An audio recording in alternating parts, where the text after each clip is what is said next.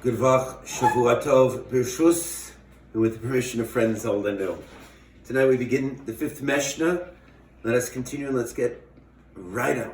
Let's get it on, because I've got some words tonight, and they're going to be a little harsh. Hillel Omer. Hillel says, Al Tefreš min hatzibur, do not separate yourself from the community. Ve'al ta'amin be'atzmecha ad yom moscha, and don't believe in yourself until the day of your death. That's all I want to discuss tonight. This portion of the fifth Mishnah. This portion of the fifth Mishnah. Al Tefreš min hatzibur has a massive relevance to our day and era today. So let's discuss. What does Al Tefreš min hatzibur mean? Do not separate yourself from the community. Tzibur is an acronym for Tzadik Beis Reish, Tzadikim, Beinanim, and Rishoyim. A community is composed of all segments of society and all facets of every type of a yid. And therefore, just like we daven on Yom Kippur, they're with us in shul on the day of Yom Kippur. So too, you cannot separate yourself and simply say, well, you know what? Hey, in my I can't have those kippah suganics around. Those charedim are making me crazy.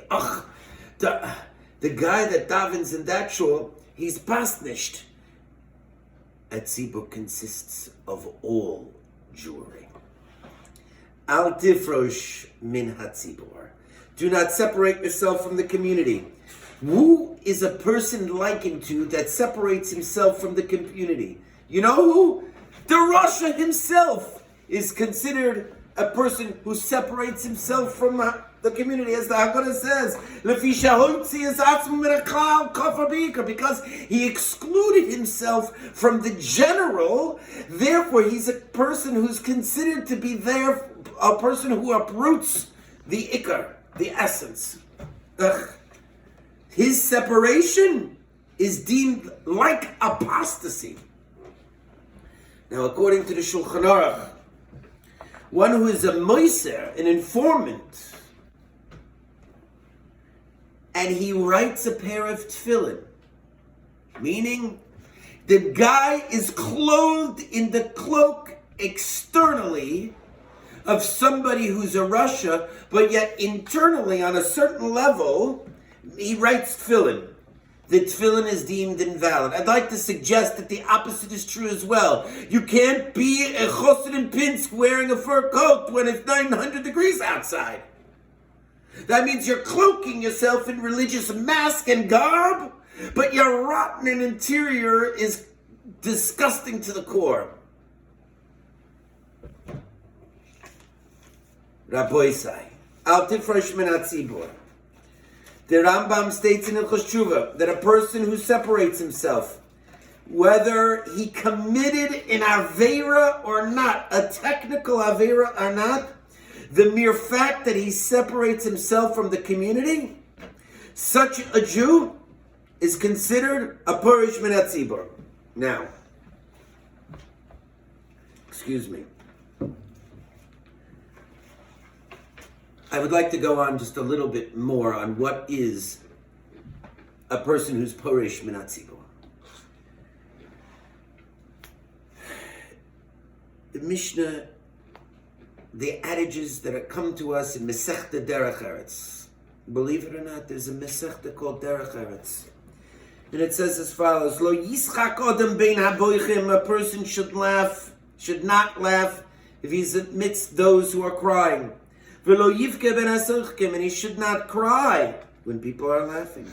V'lo yeh ben yeshenim, v'lo yeshen ben ha'erim, and he shouldn't be awake when those that are sleeping, and he shouldn't be sleeping when those people are awake. V'lo yoshev ben ha'omdim, and he shouldn't sit when people are standing. V'lo oimed ben ha'yoshvim, and he shouldn't stand when they're sitting and sitting when they're standing. What does this come to tell us? Lo yishanim mida'as chaveirav umei tzibor. You should not be the lone wolf crying out in the desert against the unanimity and unity of the community. What is this type of an individual? An individual, for instance, in our day and age, when everybody is mamish sitting at home in isolation, but because they have isolationist and isolationitis, therefore, what does that person do? The person who's cloaked in the garb of frumkeit?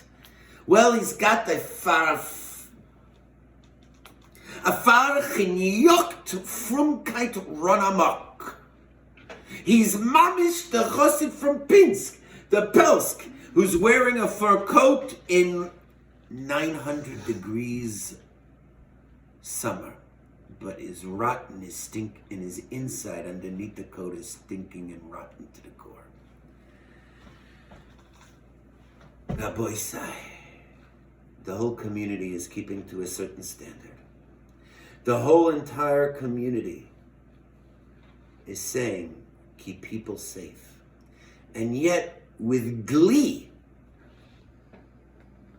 and with reckless abandonment, and yes, I level the charge at those Rabbanim who decided to run to go to do the mitzvah of Tefillah B'tzibur and inform everybody that they can go do it. Oh yeah, let's go do it, it's mutter. And it's mutter in this and this circumstance. But yes, what this is called is recklessness.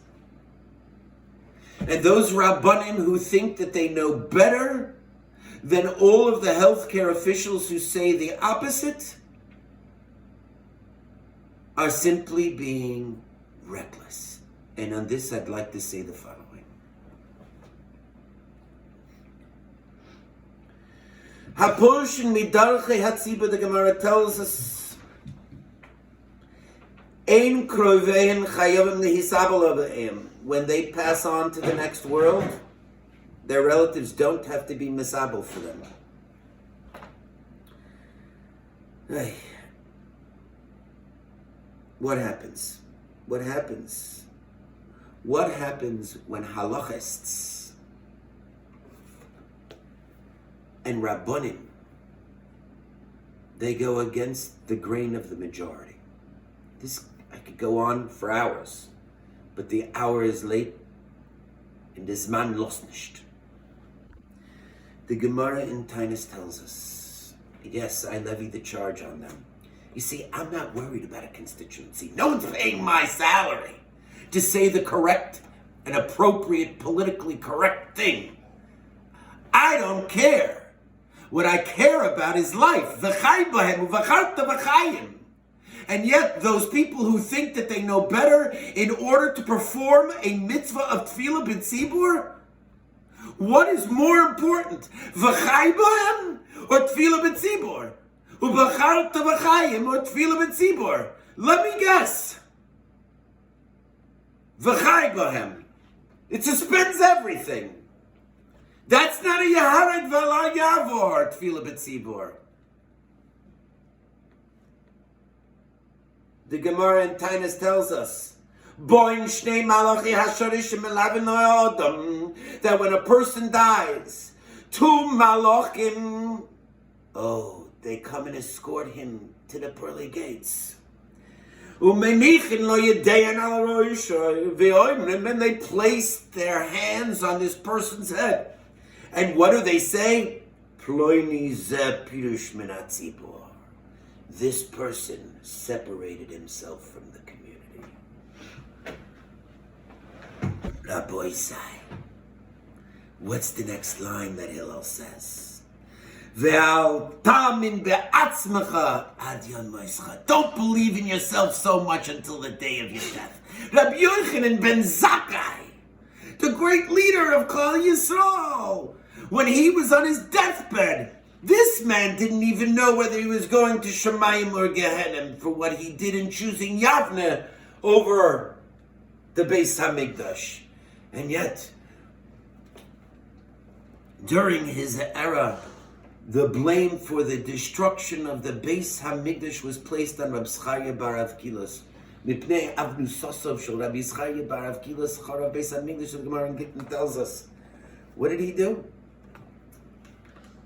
Oh, he was a strict conformist and a halachist and said that you can't bring a carbon because of his excessive religious piety, because of his frumkeit, because he was a Haredi in this particular instance. And he had to adhere strictly to the letter of the law. The destruction followed. Rabboisai. The Gemara in Yuma, the Mishnah in Yuma, and the Gemara in Yuma tells us the following story. Two Kohanim, they ran with alacrity to go perform the carbon on the Mizbeach. They ran, they wanted to do the mitzvah so bad that one pushed the other one off or one killed the other one. What does that come to tell us? Am I doing the mitzvah with such alacrity, tefillah b'tzibor, that I'm willing to kill the next guy or to damage him? I'm not. I hope you're not also. Rabbi say, Uvacharta v'chaim. Choose life. Are you the rabbanim of those individuals? One rabbi went on a video rant and said that if people are traveling in buses, then he could open up too. Another rabbi said that if people could ride on buses and you're challenging his authority and ability to dictate to his shul whether it could be open or not, then your religiosity and Jewishness should be called to question. They put their hands on the head of this individual when he gets to Shemayim and they say, that this person separated himself from the community. Rabbi say, are we able to say, Yadenu lo shofchu es adam hazeh? Our hands did not spill this blood. V'einenu lo ro'u, and our eyes did not see. Shavua tov.